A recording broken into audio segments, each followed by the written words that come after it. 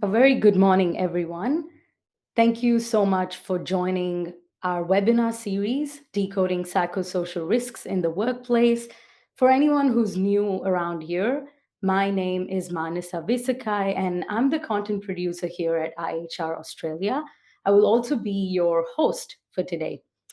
While everyone's coming in, I want to take a moment to go through our topic that we're focusing on, which is fostering healthier workplace relationships and interactions. We're going to be talking about this topic in the context of four key psychosocial risks, starting off with poor behaviors like bullying, violence, and aggression. We're also going to be looking at how poor peer dynamics can have an impact on the working conditions and affect the way people work and interact with each other in the workplace, and also touching on how minimizing exposure to traumatic materials or events can have a positive impact on employees. We've got two great experts joining us, but before we get into that, can I request the team to go to our next slide so I can take you all through the agenda? Thank you. Great. As you can see, we've got a great lineup of key topics that we're going to talk about today. We're going to start off, as I mentioned before, uh, talking a bit about poor behaviors, especially bullying and violence and aggression. We're going to be discussing how these behaviors can pose psychological risk to employees. Following that, we're going to talk about the role of culture and leadership styles in managing such risks. How can leaders address these poor behaviors to ensure they do not persist? Then we go into poor employee dynamics and interactions that can cause psychological damage, and move on to how does exposure to traumatic materials or events impact employees. And we wrap up with ways we can equip leaders with the skills and tools, and of course, increase their confidence to deal with such conflict. Once again, this is IHR Australia's webinar series, Decoding Psychosocial Risks in the Workplace. We are officially 7 webinars old. That's amazing. And it's been great to have everyone who's been joining us.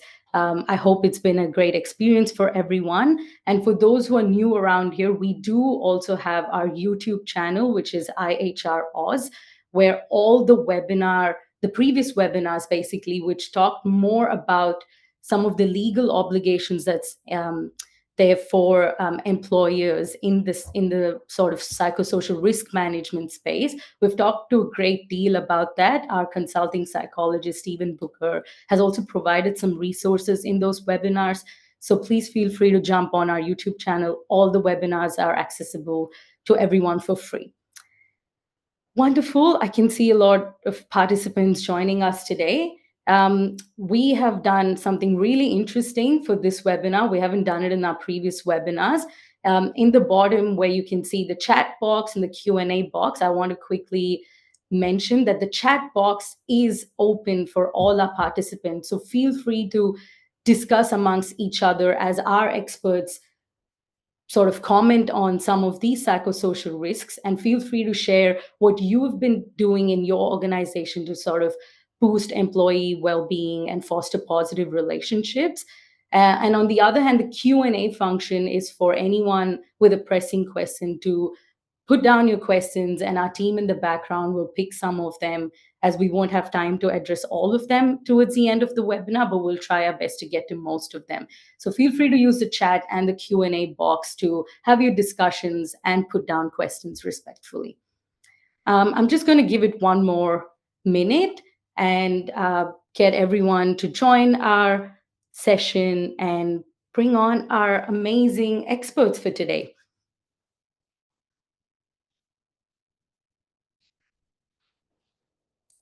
Okay, wonderful. So we've got 2 amazing experts. They're my personal favorites as well. We've got Bronwyn Dennis, a senior facilitator and coach from New South Wales, and Kirsten Hartmann, a principal IR consultant from Queensland. Welcome, Bronwyn. Welcome, Kirsten. Hi, Manasa. Hi, Kirsten. How are you? Hi. Yeah, good, thank you. How are you? Good. This is amazing. We're all in different parts of Australia. I'm from Melbourne. I'm in Kirsten, you're Sydney. from... Yeah. Sunny Sydney today. It's never sunny in Melbourne. I'm sorry, we had like sun on Saturday, and that was about it. Thank you once again for joining me on this webinar. I really look forward to some of the conversations we're going to have today, and I think I'm happy to dive right into it. Bronwyn, I'm going to start off by asking you my first question. Mhm. And as someone who runs our Custodians of Culture session, which specifically talks about poor behaviors like bullying, can you talk about why such poor behaviors are considered a psychosocial risk? Mm. Yeah, thanks, Vanessa. I guess I'd start to say, just generally speaking, a psychosocial risk is, any risk that to the health and safety of our employees that arises from a psychosocial hazard. And as probably some of the people will know from the previous sessions they might have attended, psychosocial hazards can relate to things like the design and management of work, the work environment, plant and equipment, all of those sorts of things. But it also extends to, our workplace interactions and behaviours. So that poor behaviour, as Manasa said there, we have Custodians of Culture where we talk about things like bullying, harassment, sexual harassment, all of those sorts of things can impact on employees' psychological safety. They have the potential to create what we call a hostile work environment, which can lead to, stress, anxiety, depression, and all of those things, of course, can affect an employee's ability to perform their job. When we have, toxic environments or workplace environments that aren't so positive, where we have a lack of support in the workplace, maybe things like unreasonable workloads, poor management practices, all of those sorts of things fall under psychosocial risks, which of course can lead to things like burnout, low morale and high turnover.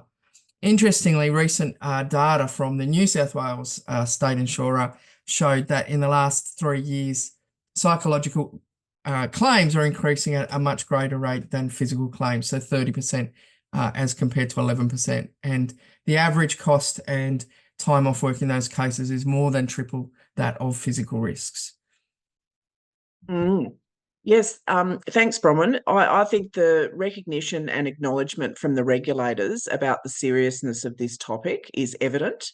Bronwyn has perfectly defined it here, and unfortunately, I see what happens when companies do not pay enough attention to the culture of their workplaces and do not keep a keen watch on how management and employees interact with each other. In saying that, however, there is a balance. I am not for 1 minute saying that we expect employers, employees and managers to act like robots. Quite the contrary. I think this is really well identified in a case. I'll bring up a case. It's Karen Harris versus Workpack when they say, the Commission should guard against creating a workplace environment of excessive sensitivity to every misplaced word or conduct. The workplace comprises of persons of different ages, workplace experience and personalities, not divine angels. Employers are required to pursue inappropriate behaviour, but need to be mindful that every employee who claims to have been hurt, embarrassed or humiliated does not automatically mean the offending employee is guilty of bullying and or gross misconduct. It really is, to me, in my mind, about training, education, diagnosis, assessment, mitigation and prevention, but also not trying to control every single dynamic or interaction. Well said, Kirsten. And thanks for that, Bronwyn, to start off with the first question. I'm going to bring two of our professional actors now for anyone who hasn't done an IHR Australia training before. Our way of running any kind of training, including the webinars, is bringing our professional actors to sort of enact role plays in the context of our training to help you better understand some from real life examples. So we've got two of our actors. So I'm going to ask all of us to sit back, relax, and watch the role play. And then we're going to come back and Kirsten and Bron will be unpacking the situation. Take it away, actors. Hey, Jamie, how's everything going with that proposal? You seem a bit on edge. Yeah, it's going well. I think it's just not sure if everything I've suggested has hit the mark. Well, it's looking pretty good from my perspective. Hey, you've done some great work so far. Seriously, some of your creative ideas are spot on. Thanks, Julie, but I'm worried my suggestions might exceed the budget. The interactive elements might be too expensive, and well, I don't know if I could. No, honestly, your ideas so far have been fantastic. Okay, don't second guess yourself just because you're new to the team. Okay, look, we can always refine things to fit the budget, but your creativity is driving this forward. Thanks. I wasn't sure how you'd take it since, I'm new to the team and Hey, don't worry about that, right? Being new doesn't change the fact that your ideas are valuable. Okay, we're all in this together. okay, well, I was thinking maybe we could trim down the interactive elements, focus on one or two big ones, just keep it impactful, but within the budget. Yeah, exactly. That's smart thinking. I think it's about prioritizing the most impactful elements, and you've already identified that. Yeah, well, I wasn't sure if it was the right call. No, it absolutely is. You're thinking ahead, and this is how we make the project better. Thanks, Julie. I'll get the revised proposal to you soon. Okay, great. I'm looking forward to it. And remember, I'm here if you need my help. Okay, we've got this. Thank you. Wonderful. Thank you so much, Julie and James. And Bronwyn and Kirsten, I'm going to throw it back to both of you. What did you think of that interaction between the manager, Julie, and a new employee, James? What stood out for you? Can you take us through that?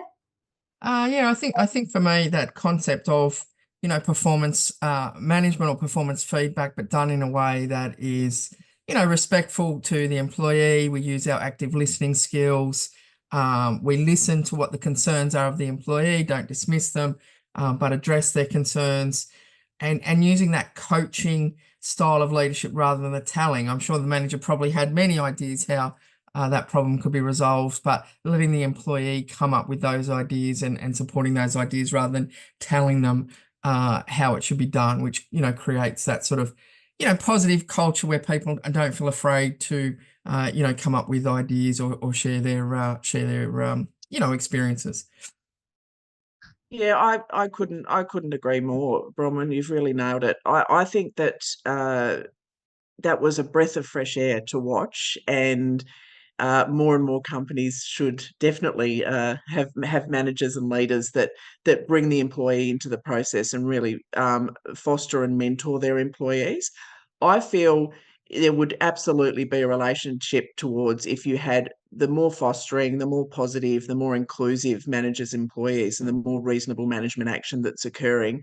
This whole psychosocial issues and risks that are around, I think they will reduce as a result of healthy management and employee relationships. But I'll actually say employee to employee encouragement and peer review is really, really important too.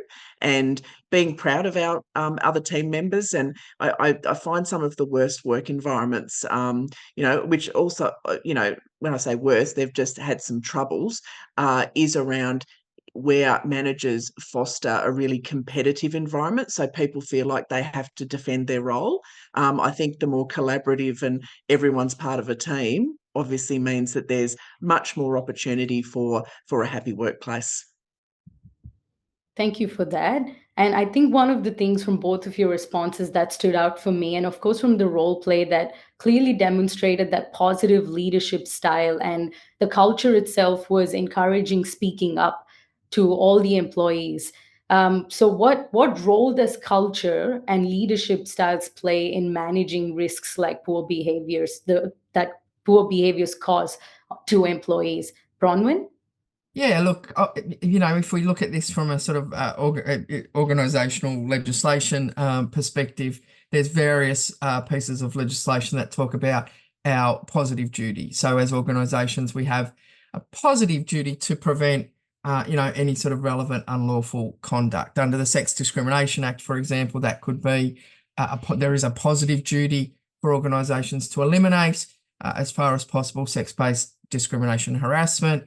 Under the Work Health and Safety Regulation, of course, organisations need to eliminate and or minimise risks to health and safety, including, psychosocial risks. And I think for me, culture and leadership are the two most critical elements that underpin how our employees experience the workplace. And this can play a major part in how organisations can eliminate that unlawful conduct and how they respond to any sort of unlawful or problematic behaviours that are occurring in that workplace. So fostering a culture that is safe, respectful, inclusive can empower workers to report any relevant unlawful conduct that they experience or that they see, holding themselves and others accountable for their actions, which can minimise harm. Kirsten sort of touched on that a bit earlier. That accountability for our own actions includes understanding that what is considered to be appropriate changes over time. Our behaviours, our language, how we engage with each other, all of those things need to be looked at through the lens of what a reasonable person would think about the conduct and the impact of that conduct on someone else. We can't excuse poor or unlawful behaviour on the grounds that, we didn't mean harm, or that we were just having a joke, or even that we didn't know better. So it's important for us to make sure that we keep up to date with what the sorts of acceptable behaviours are. Yes, Bronwyn is right. A workplace has little hope of achieving a positive workplace free of negative behaviours, bullying or harassment, if leadership do not demonstrate these behaviours and encourage employees to speak up about unacceptable behaviours or potential psychosocial risks. The old analogy runs true more than ever: lead by example. Of course, policies, procedures, including grievance procedures, training, and strong leadership sponsorship are all key items that will lead to a better culture and less incidents, but it does happen occasionally, and that's why it's important to have systems in place that deliver swift investigation and outcomes, but also provide procedural fairness to respondents. Too many times, managers are having to answer bullying complaints because they do not know where that line is. They may feel they are doing their job, or they might be feeling frustrated due to poor performance, but it must be reinforced that no matter the amount of poor performance or even difference in behavioural attitude, they may feel that they're doing their job, or they may be feeling frustrated due to poor performance, but it must be reinforced that no amount of poor performance or difference in behavioural attitudes can warrant bullying behaviour. The definition now is wide and far-reaching, so education about covert bullying must be taught to everyone, and also what the potential disciplinary outcomes may be. Thank you for that, Kirsten. The next question, Bronwyn, I really want to direct it towards you as someone who's facilitated these bullying, discrimination and harassment sessions, and also been a leadership coach. How can you then ensure, because you also mentioned that what is acceptable needs to be reinforced, and also it can change with time because workplaces are evolving. So what is sort of your recommendations for leaders to ensure these poor behaviors do not persist? Yeah, look, I think the first thing is just establishing those clear expectations around behaviour. As Kirsten said, they're making sure that you have clear, well-documented policies that define what those unacceptable behaviours are, bullying, harassment, violence, and the consequences of those behaviours. What are the procedures for reporting or addressing them? And also, of course, taking action when you perceive behaviours that don't align with that workplace expectation. So not walking past behaviours that you see that are not consistent with those policies. And of course, that's not a one and done. We don't just have that conversation once and assume that that's okay. We need to be continually having those conversations. Make sure people understand what those actual behaviours are and how they link maybe to your organisational values. The second thing would be to foster that inclusive and respectful workplace culture. So leaders lead by example, having zero tolerance for bullying and aggression, understanding that your behaviour as a leader sets the tone for what's acceptable. Employees will look to their managers to understand what behaviour is valued by the organisation. The third is to establish trust and encourage open communication. So have a culture where employees feel safe to speak up about issues without fear of retaliation, creating open and genuine working relationships with employees. That gives you that opportunity to see if a change in behaviour or how someone's experiencing the workplace might indicate that there's an issue happening in that you as a manager need to call out. It's also why it's really important for you to understand your leadership style and to reflect if there is anything about your own leadership style that is maybe creating a block for that, genuine open communication. Increasing people's awareness of these behaviours and what's okay and what's not okay. We all like to think that everybody understands what behaviours are okay, but the reality is the workplace is made up of, people that are coming from different generations, cultures, work experience, religion, sexual orientation, gender, all of those sorts of things. And what one person understands is okay for them and maybe their social circle might be quite different for other people. And so their behaviour, what's okay for them, might actually have an impact on someone else that has the potential to cause hurt and harm. And so we need to have regular training and education on recognising, preventing and responding to those behaviours. You need to implement appropriate support systems. So many organisations, of course, will have employee assistance programs. There might be mental health and support services, counselling, those sorts of things to help employees cope with any sort of stress, bullying or other psychosocial issues that they might be experiencing in the workplace. Encouraging peer support groups can also help, where employees might be able to discuss their experience and offer mutual support to each other. Check in on your workplace culture as a leader. We talk about the custodians of culture. You are the person that sets that culture, that guides that culture. And, as managers, we need to constantly be scanning as to what's happening in our culture. I think one-on-ones are our greatest tool as managers, a greatest tool in terms of understanding how our employees are experiencing the workplace. But of course, there's also some more systematic tools that we can use: surveys, feedback sessions, monitoring your employment statistics around things like absenteeism, turnover, grievances, but making sure that you stay connected to what's happening in your workplace culture. As I touched on before, evaluating your leadership and management style, really understand what your style is, what are your strengths, what are your weaknesses, how are they contributing to an environment that is being experienced as potentially positive or negative. Organisationally, making sure that we provide feedback and training to our managers and leaders to improve their management practices. Often we become managers or leaders with very little training or knowledge in that background. We often learn on the job. So organisationally, making sure that we do give that training to our managers, hold our leaders accountable, make sure that we include some of this accountability as part of their KPIs, those sorts of things. And then, of course, always engage in continuous improvement. Learn from incidences, make sure we understand what things went wrong, how that can be prevented in the future. And if we need to, seek some external expertise around coming in and addressing workplace culture and how we can address those psychosocial risks.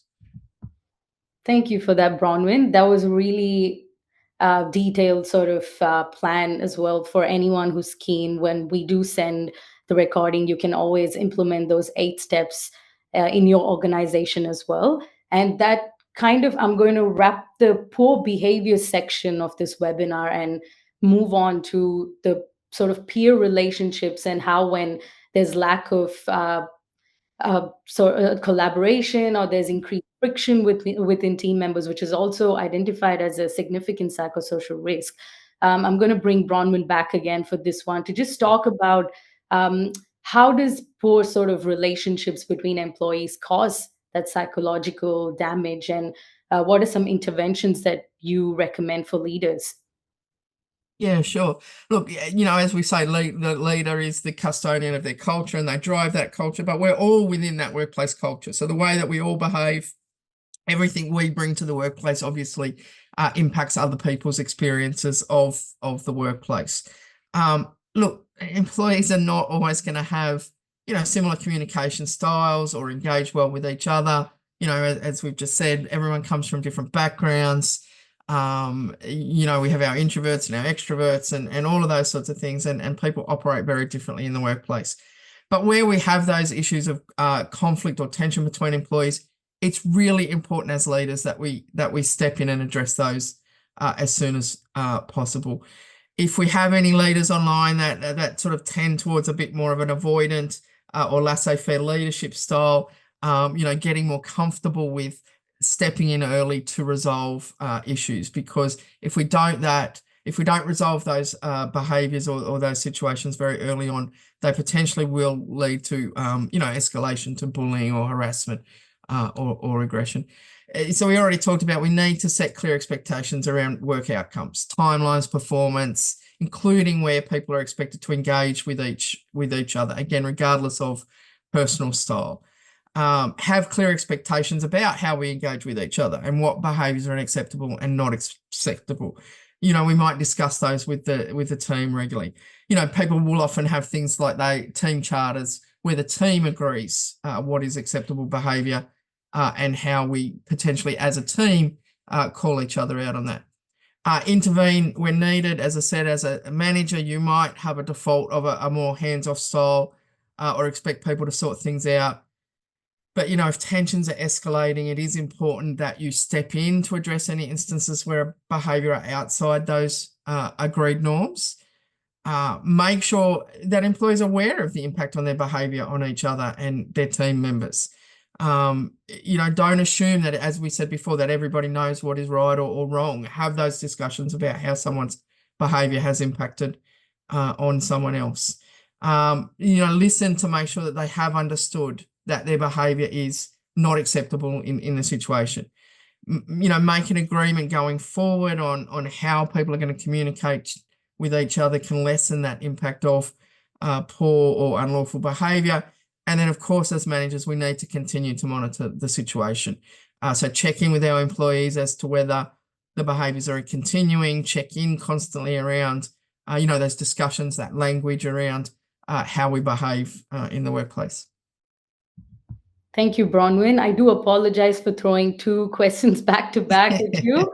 I'm going to give you a bit of a break. I can have a rest now. Yeah, and I'm going to put the spotlight on Kirsten. Kirsten, Yes. So we've talked about poor behaviors. We talked about poor sort of relationships between employees. But the other section that we are discussing in this webinar is that sort of exposure to traumatic materials or events. And I just thought if you could take everyone through what those traumatic materials or events are and how that sort of ties into our topic today, that would be really helpful for all of us. Not a problem at all. So traumatic materials or events, witnessing, investigating, or being exposed to traumatic events or materials is a psychosocial hazard. So that's how it sort of links back. Something is more likely to be traumatic when it is unexpected, seems uncontrollable, or is caused by intentional cruelty. In managing the environment to reduce exposure to traumatic events, consider the environment, the way in which the work is arranged, and what support is there in the workplace. So that support is really, really important. So what we can do is we can reduce the number of workers that are exposed to a traumatic event. For example, only send essential workers to a disaster scene if that's the business you're in. Monitor and eliminate physical risks in the workplace so workers aren't exposed to a workplace incident or near miss. Flag or password protect files that have distressing content to stop people opening them accidentally. Stop workers unnecessarily listening to or watching traumatic materials. For example, allow online moderators to remove users after a single serious breach instead of making them review all of the content. Minimise the number of traumatic events or materials each worker is exposed to. So what I mean there is by rotating workers through different roles. And something a little bit more obvious, increase breaks. Give people some recovery time and support if they are in fact exposed to traumatic events or materials. And look, training workers is just so important, and you can train them on how to respond to incidents to reduce the number of decisions they have to make. So, for example, training a bank teller on what to do if there is an armed hold up. So that's obviously, a very serious, but that it still applies. The more competent and more trained people feel to deal with these things, they're also going to be able to triage their feelings about it and actually do something about gaining some support or giving themselves some recovery time. Well said, Kirsten. And you and I recently also worked on an article together, and we talked about how workplace investigators are probably someone who's constantly exposed to such traumatic materials in the form of witness statements or just documents and photographs.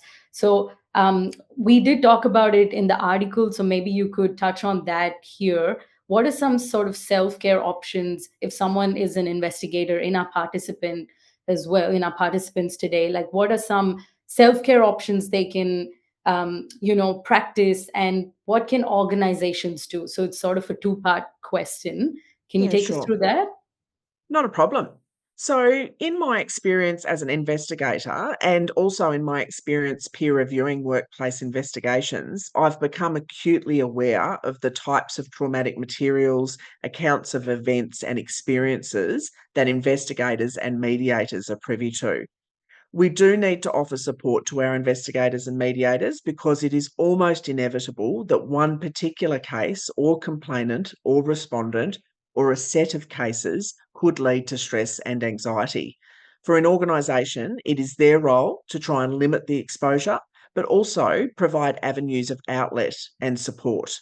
So, examples of that could be, as you've asked, is ensuring the organisation has an employee assistance program readily available and one that perhaps specialises in supporting people, and so supporting people that are privy to perhaps traumatic experiences on a regular basis. So it may not necessarily be the employee assistance program that deals with generic sort of employee issues. Having a trained contact officer in the organisation to ensure that they have investigators or mediators, that the investigators or mediators have someone to go to when they might need help. A more practical solution could be that there is someone watching the types of investigations that are being performed and making sure that the same people aren't getting the traumatic investigations to do sort of every single time. I think we can actually fall into a trap where people become specialists and we put them on particular investigations because of their experience. But perhaps there is some we should alternate or skill up others to take their place. So because this would actually allow people to recover in a sense. I go back to this cures two ills effectively because it actually reduces your key person risk as well, just having one particular person that is specialist in that type of investigation. I think so. Also, perhaps being a little flexible around workload at times where these types of investigations and mediations on. So, if an investigator's got a lot on, like for example, not piling on the work after a mediation day or after a day of difficult interviews for the investigator. And last but not least, opportunity and means to hand off if need be. What I mean by that is employers should feel that if they're not coping, that they are supported to say that they need to swap out with someone or transfer it to another person. Pushing on should be removed from the vocabulary. Well said, Kirsten. And one of our attendees actually shared something, and they agree with what you said. And they've said, having done investigations in the health industry over the last 20 years, I completely agree with what Kirsten is saying and the psychosocial impact it had on me personally, and particularly the number or like the workload and how it impacts. So thank you so much for sharing that. And I think it Yes. aligns with what you're saying, Kirsten. No, absolutely.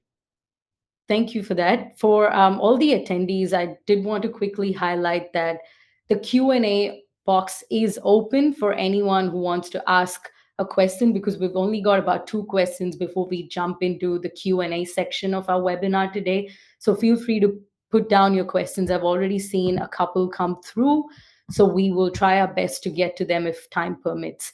Okie dokie, let's bring back Bronwyn. And a lot of the conversation we had today, Bronwyn, was of course talking about how leaders need to be equipped, how they need to understand, how they also need to go through training to deal with poor behaviors or just support the mental and physical well-being of employees. So I think the next question is really about what are some ways leaders can increase their confidence to deal with conflict in the workplace. Yeah, thanks, Manasa. Look, I think I think it's a sort of quandary that almost we have in Australian workplaces. We like to think of ourselves in Australia as very sort of forward speaking, or call things out. But I think in the reality, in my experiences in a lot of workplaces, we're somewhat conflict avoidant. I think there's a level of discomfort across workplaces, and we would rather sort of make a sort of little maybe passive aggressive comment, or make a comment to someone else, than actually have what might be a difficult or emotional conversation with someone else. And if we are aware that we have that level of discomfort, and I think as new managers we probably all start out having that level of discomfort, if we're avoiding having those challenging conversations with people, hoping that things will just fix themselves, it's important that we that we acknowledge that we lean into that and develop our capability in dealing with that conflict. So I guess some tips around how we might do that. The first is to build your emotional intelligence. We talk about EQ and IQ and all of those sorts of things, but as I said before, really understand your leadership style. Think about your own responses to conflict, what potentially triggers an avoidant or a combative response for yourself when you're dealing with, situations with employees, or having to call out behavior with employees. You need to increase your empathy. I think, another leadership style that can be quite common for people is being very outcomes focused and just wanting to get the result or get to the end point. And sometimes we jump ahead to deal with a situation without necessarily putting ourselves in somebody else's shoes to try and understand, their perspective, where they're coming from. And so that empathy can help you approach these sorts of situations with a more balanced attitude, maybe a bit less of a sort of confrontational attitude. Develop your active listening skills. Focus on what other people are saying without interrupting, not just sort of sitting there thinking about how you're going to respond, but, really listening, asking clarifying questions if you're not sure, what the person has said to you. Learning and practice. I think it's like any skills. I said before, we often become managers, accidental managers. We might be the best subject matter expert in the situation, and so suddenly we find ourselves in a management role, and we might not necessarily have a lot of understanding or skill around our management. And so all of those management things that we do as managers, whether it comes from providing feedback, scrutinizing people's work, all of those sorts of things, we need to learn and practice those things. If you have a good coach or a mentor, someone that you appreciate in the workplace, developing your skills through that sort of role playing practice, those sorts of things.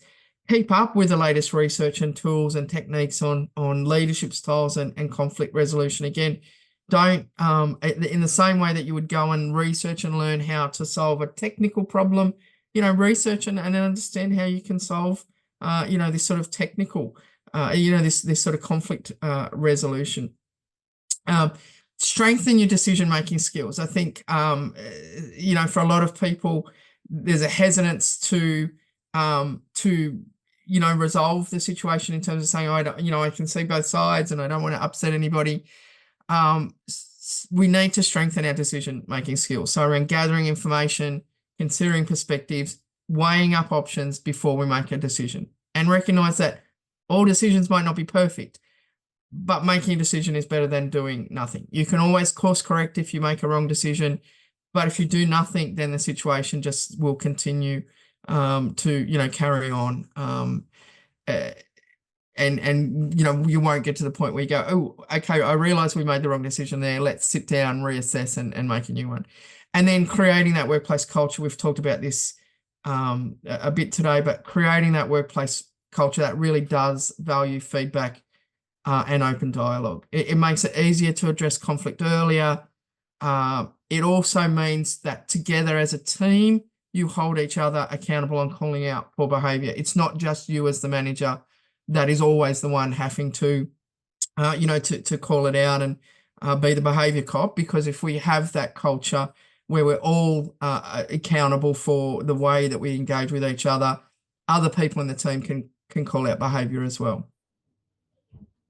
Yes, what I would like to add in relation to Bronwyn's great ideas is referring to the concept of phone a friend. I offer in what I do a lot of complex consultancy work where managers, supervisors, and HR ring me and share the problem. I think managers, leaders, and HR all thrive knowing that there is a ripcord, that there is a soft place to fall if things are getting hard or difficult to manage. I believe they learn better if the person providing the solution teaches them how to get there. It may not necessarily be someone that is outside your organisation. It could be someone knowledge and experience in your HR department, for example. Allow your leaders to have someone they can go to. In the more complex and concerning cases, someone with significant experience so they can provide a fresh set of eyes. Too often, there are amazing technical managers, people are amazing technical managers in their field, but they are not necessarily strong or equipped to manage the people issues. That is okay, but employers need to train them up over time. But in the meantime, give them someone they can call if something is worrying them. A relevant small investment for business as compared to the potential outcomes or causes of action they will have to deal with if things are not managed properly or given the right amount of attention, which Bronwyn also alluded to. Again, it's taking the stigma out of asking for help. Yeah, and Kirsten, can I just add there too? I think we often talk about the EAP, and I think a lot of people think, oh yeah, the EAP is just there if something major happens.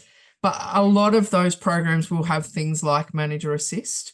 And so if you don't have someone in your organization necessarily that you feel comfortable talking to, you might think that you don't, want to talk about it with someone in the organization. Utilize those resources that that the organization provides for you. Don't think that there's any sort of stigma or shame about ringing up and asking for that assistance. Those tools are there for a reason, and we should be using them to get that support. Yep, I agree. Well said. And Kirsten, I'm going to ask you to answer the next one. It's really sort of a situation that I came up with. So maybe we talked about how leaders can be better equipped. So if there is a situation that, there's constant friction between employees and a leader's made aware of the situation, can you take us through what the process should look like to sort of foster a better working relationship or just a healthy relationship so there's room for collaboration between employees? Of course. So, of course, swift local management action is the key to sorting out issues between employees, and Bronwyn talked about that before. Managers need to keep an eye on the team, regularly meet with them, genuinely have one-on-ones and ask people how they are, and really want to hear the answer of when you ask how someone is, ask how they are. Regularly reminding people that there are confidential avenues to speak to someone if they're having issues at work. That we go back to Bronwyn again, those tools that are available to people. Reassure employees that when issues are fixed quickly before they snowball, they can be much more easily resolved. So that early intervention is key. If friction is already there are many avenues available to resolve the issue. And what we do need to do is make sure that we don't make the situation worse. As always, there is EAP for everyone involved, an ability to try and work through the issues locally before making it bigger than it needs to be, but also weighing up that with providing a response that matches the issue. If it is serious and there is an imminent risk to an employee or manager's health and safety, then the issue should be escalated, investigated, and given the due attention that it requires. For managers, it might be a simple conversation with the employees who are having the issues and sorting through the root cause of the issue. If it is something that is not work-related, it is about asking that people respect other people's ways. There might be practical options available depending on what the root cause is. Team building, helping manage workloads, and just talking to each person involved and working them through the issues, unpacking it. It might be moving the teams around so people do different work or work with different people, or cross-skilling so people can understand and appreciate other people's roles and what they do in their roles. There is also a lot out there at the moment to help people understand each other and work as a team, break down people's styles, etc. I think employers need to be open to different ways to help understand their staff and fostering environments where people work in harmony. Sometimes the cause of the friction is caused by the company: excessive workloads, actual or perceived inequities. Favouritism is a big one that I see, and it might be that fixing that root cause of the issue is the key to fixing the friction and also deterring future friction. So fostering being open to say if something is not right as well. Remove the stigma of saying, I'm not happy with the way things are occurring. It's like anything. Left to fester, it's going to be so much harder to pull back and rectify if it's gone too far. Wonderful, Kirsten. And thank you again, Bronwyn. We've covered a lot of really interesting concepts today. So I think I'll wrap up my questions and move on to the Q&A section, the last 10 minutes. Are you guys ready for your rapid fire round? Do we Thank get you bonus all. points? Yeah, of course. We've got some interesting questions from our audience in the Q&A section, but I do want to prioritize the questions we already received in the registration form. So there's about 3 questions, and if we do have time, I'll pick some questions from the Q&A box. I'll start off with the first one with Bronwyn, if that's okay with you, Bronwyn.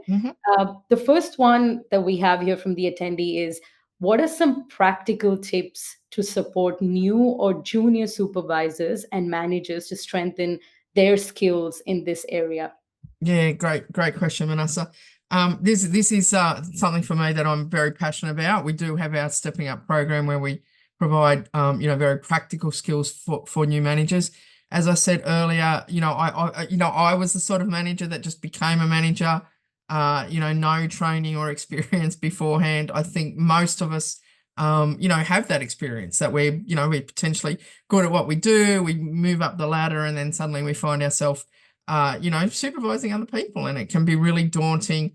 We haven't necessarily developed our own styles there, and so we have to learn on the job, and often that can lead to us making mistakes. I certainly know that I probably made many mistakes as a not just a new manager as I go through managing people. Now, of course, organisationally, it would be great if we had programs in place to support our emerging leaders. If we have supportive environments for them to increase their knowledge around leadership and management, gain support from mentors or more experienced managers to help them in practicing those skills, particularly around things like having courageous conversations. Often, though, we just don't have the privilege of having those resources in the organisation. So I guess what I would really do is emphasise the role of their direct manager. So might be yourself listening on the call. What is the role of the manager in providing that support and guidance and setting expectations around management capability? And so that would include making sure that you establish a culture of trust between yourself and that new manager so that they feel safe to have those issues with them. It can be incredibly vulnerable to have to say, I think I made a mistake, that situation didn't go well, I don't know how to have that conversation with someone else. If you're wanting to impress your boss, you don't necessarily want to say those sorts of things. But if you as a manager can establish that culture of trust with that new employee so that they do feel safe and vulnerable with you to raise areas where they might need to develop. And of course, it is also your responsibility as a manager to be giving them that feedback around those sorts of areas that they could be developed. That could include things like practicing, we said before, practicing role plays. That giving and receiving of feedback is so critical. When we give feedback to people, it should be coming from a place of care, that we give them that feedback because we do want to see them improve. We don't want them to see them going down a pathway of continuing to behave in a way that potentially will limit them in their career or in their expertise as managers.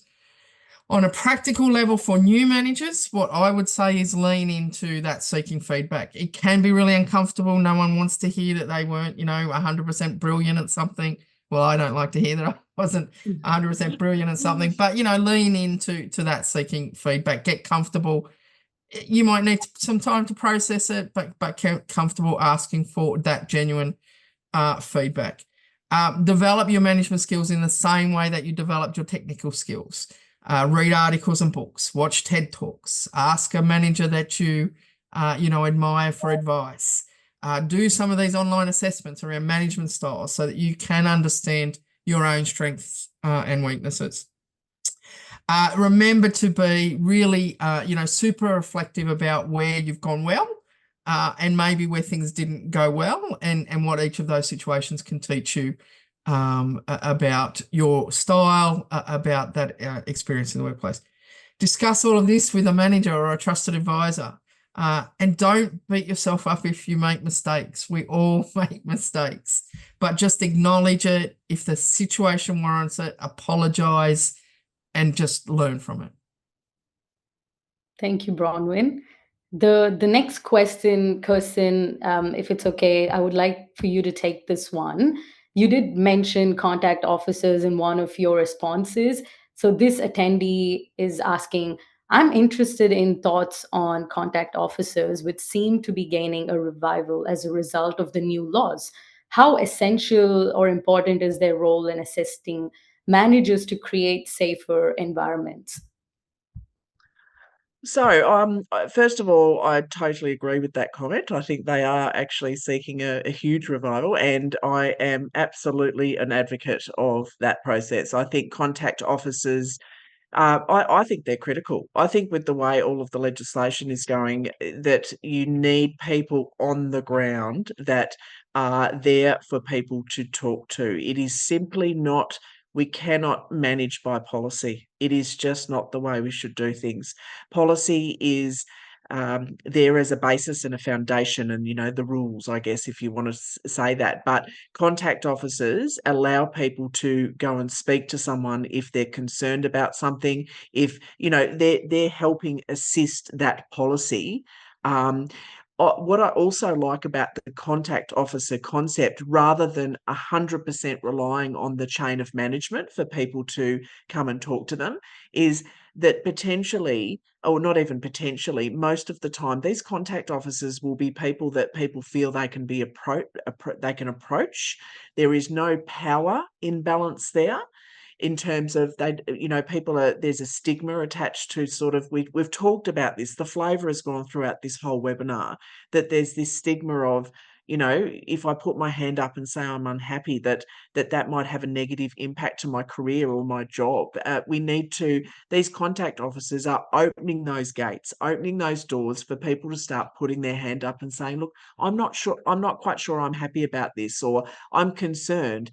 It is also a really critical point of triage in my mind, because contact officers being more approachable, they can help you, with the policy in terms of grievance procedures and all the rest of it, but they're also there at a point where they can triage that. We talked about, the more serious and the more imminent risk issues that can come up.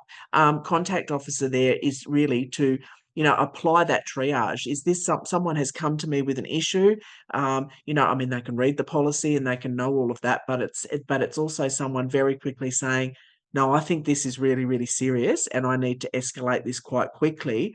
Or, okay, I think I can work with this person, and then we can approach the relevant manager or department, depending on what the issue is. So to say that contact officers are are being revived is, I believe, 100% true. And I think every organisation should consider it of a ways and means to establish their policy, of ways and means for people to not feel uncomfortable about bringing up issues, ways and means to triage and very quickly stop that. I talk about things festering, having approachable people that someone can talk to quickly. So then but you can also think about the data bank that these contact officers are going to have, knowing the types of issues that they're going to be seeing. Now, obviously, there's confidentiality and you've got to put a lot of things in play here, but I just think small, medium or large, there needs to be someone outside the management chain that someone can go to in the result of an issue and know all of the rules and regulations and the legislation and all of the bits and pieces and about what kind of environment we should be setting up for our employees. Thank you, Kirsten. We've got about 5 minutes left, so I'm going to pick two really small questions from our audience, the Q&A box. Thank you, everyone, for submitting some really interesting questions. We don't think we have time to answer them today because we're really just 5 minutes away from wrapping up the session, but we'll try to answer most of them after the webinar. So stay tuned. So the next one, I've got a question from Jasmine, who's asking, for someone new to their HR career, what would be your best advice for finding your own leadership style? Bronwyn, maybe this one's for you. So sorry, someone who's in HR stepping into a leadership role, how would you find your leadership? I think they meant what are some sort of ways they can find their own leadership style? Yeah, good question. I think, like I said, don't be afraid to ask for feedback. It can be uncomfortable. Again, we're not always comfortable doing it, but it's really important that we do ask for feedback from our peers and our managers, but also from our staff. Is my leadership style working for you? Not every employee is going to respond in the same way to your leadership style. You need to adapt your leadership style to the people in your team. I would say that you should do things like, understand your leadership style through the various psychometric assessments that are out there, whether that's sorts of Clifton strengths or, those sorts of things, but, get to sort of understand your style. Reflection, self-reflection, again, is a really important tool for managers. Again, it can be uncomfortable.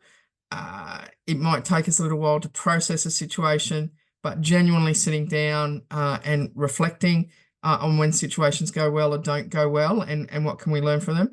I think a great way of learning is finding a good manager, someone that you admire, getting feedback from them, developing a relationship with them, taking them out for a coffee, asking them for feedback. A lot of our style just develops over time, over our experiences. We learn from the things that we don't do well. We get great learning from things that we do well, and that can be really satisfying. And then again, as I said, all of those other things, pulse surveys, engagement surveys, listen to those. If someone's saying to you that something isn't right for them in the organization, don't be offended by it. Don't get defensive about it. Think about really, well, why is someone experiencing that and what can we do to make it better? What can I do as a leader to make that better? Well said, Bronwyn. Thank you.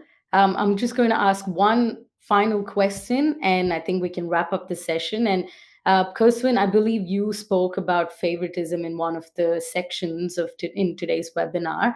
So someone shared that I've experienced favoritism at work and haven't been given opportunities for advancement. What can I do about this, especially if it's coming from the bias is sort of coming from the manager or director?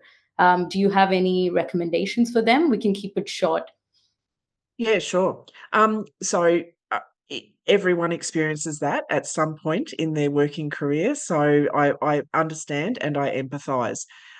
Don't give up. So what you need to do in terms of fostering your career is keep going, build your business case, build your case for the roles that you want. And if it is getting really serious and you can see that you're being subverted it is time to escalate it, as far as I'm concerned, because if you keep getting pushed down and you're not seeing these opportunities, go to your manager and advise them that ask them to explain why you're not getting these opportunities. And if you think that there isn't, and build your business case, take it to them and say, I think I'm the right person for these reasons. You can put them to account, okay, in a respectful way. You can ask them. But there also is those types of things like favouritism is not reasonable management action. So if there is things like that going into the future, use your grievance procedure and have a chat to someone. Or alternatively, if you don't want to formalise it that way and you've tried again by building your case to get a particular role, maybe another mentor within the organisation to have a confidential and respectful conversation about where you want to go. But please advocate for yourself. You do have rights, and I do believe, and it could be a miscommunication that this is where it's gone to, or they might have some constructive feedback for you about particular things they'd like you to work on. But if it really is a one-on-one personality issue, it might be that you need to speak to someone else about how you do that. Okay, but never ever say that you're wrong or you shouldn't have approached it. If your gut says that there's something on, please always advocate for yourself, because you don't want to be in a position where where you're not being appreciated. You're better off saying something and seeing what happens, rather than sitting there feeling sad or uncomfortable about the role that you're in and where you want to be. Thank you, Kirsten. And I think that's a great note for us to wrap up today's session. For everyone who's stayed till the very end, we really appreciate that. Our experts really appreciate that, because a lot of effort goes into putting this webinar together. So I would also highly, highly encourage everyone to take a couple of minutes, actually just 2 minutes, to scan the QR code and answer 2 questions to tell us about your experience today. And thank you to all the participants who have been with us from the very beginning or even joined us today, because the Q&A box was really active. So that's what keeps us going. And the questions were great. As you can see at the bottom, our last webinar in this series is going to be on poor organizational change management, which is going to be on the 3rd of December. That will be our last webinar in this series, a very emotional time for me. But please, everyone, also register to the next webinar, which is on the 3rd of December. And I did see a couple of comments asking for that new article that just released yesterday, featuring Kirsten Hartmann herself. So you can see the title is just right there on the page. Feel free to read the article, because a lot of things that she discussed today have been explained to a great detail in the article. And Bronwyn, again, she's going to be running our Custodians of Culture session happening next month in Sydney. So for anyone keen to learn more about, especially managers, to learn more about bullying, discrimination, and harassment, that's the session to go to. Thank you, everyone. This month now, Manassa. It's It's this October month. already. Oh, it's October already. No. Wow, time flies. Thank you, everyone, for staying again till the very end. Thank you, Kirsten and Bronwyn, for another great session. It was lovely speaking to both of you. Thanks, Manassa. Thank you. Thank you. And thanks to our professional actors who always do an incredible job bringing forward such realistic sort of situations for everyone to better understand the situation. Thank you, everyone. And thanks to the team in the background for helping out with the slides and the questions. I shall see you all on the 3rd of December again. Until then, I'm checking out.